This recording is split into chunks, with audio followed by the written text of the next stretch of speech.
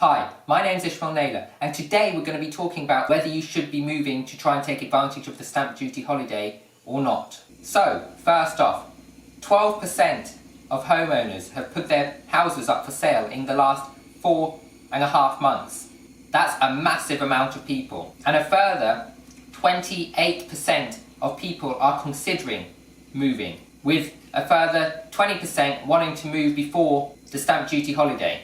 Now, that sounds like there's a lot of properties coming on the market and a lot of people wanting to move, which is great.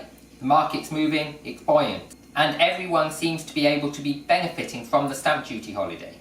Now, it does seem like that, but it's not quite so simple. Because so many people are moving and the market is so buoyant, we've actually seen a 1.2% increase in house prices in November alone, and a 6.8% increase year on year. So from this time last year. Now, 1.2% increase in November alone, what does that realistically mean? Well, it realistically means that the average house price at the moment is £250,000 or thereabouts. Now, at £250,000, 1% is £2,500. Now, £2,500, that will wipe out the stamp duty holiday saving. So, is there any point in moving? Well, I believe there is, because I believe at the 11th hour, sometime in February or March, possibly, they're going to announce that the stamp duty holiday will be extended for the people who have already started the transaction. I might be wrong, only time will tell, but that's my prediction. Now, with regards to if you should be moving, if you shouldn't, well, it depends what you believe the property market's going to do. A lot of people are saying it's going to crash. There's some people saying it isn't going to crash. All I would say is if you're planning on moving or planning on buying, don't buy for the short term. Make sure you're buying for the long term, because if you're currently buying and you're buying for the short term and you're not entirely happy with the house, or you're not 100% sure you want to move there, don't buy. Make sure that whatever you do, you buy for the long term, because I believe that even if there is a property crash, in 3 years' time that it will be back to where it is today at the absolute latest. I believe in 2 years it will probably be back where it is today.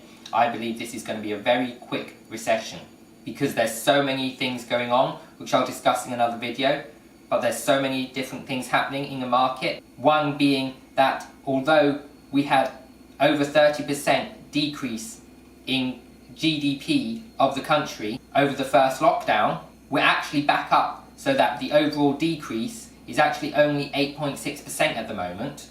The last report in November that came out is only 8.6%. Now, 8.6%, that sounds like quite a lot still, because that is a high figure. But you have to take into consideration the hospitality industry is still closed. A lot of pubs are closed. Some of them are open but full restrictions. You're restricted on how much you can drink. Pubs are closed. Clubs are closed.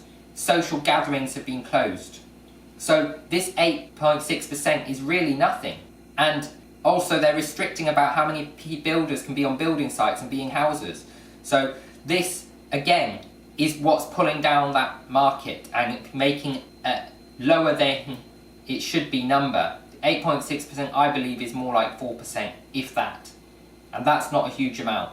Also, with stamp duty holiday and the new mortgages coming out, I mean, they're bringing back up to 80% loan to value buy-to-let mortgages, and they're back up to 90% first time buyer. Yes, they're high interest rate, but with these mortgage products, are you really going to see over 10% drop in the market when the person's only putting 10% in?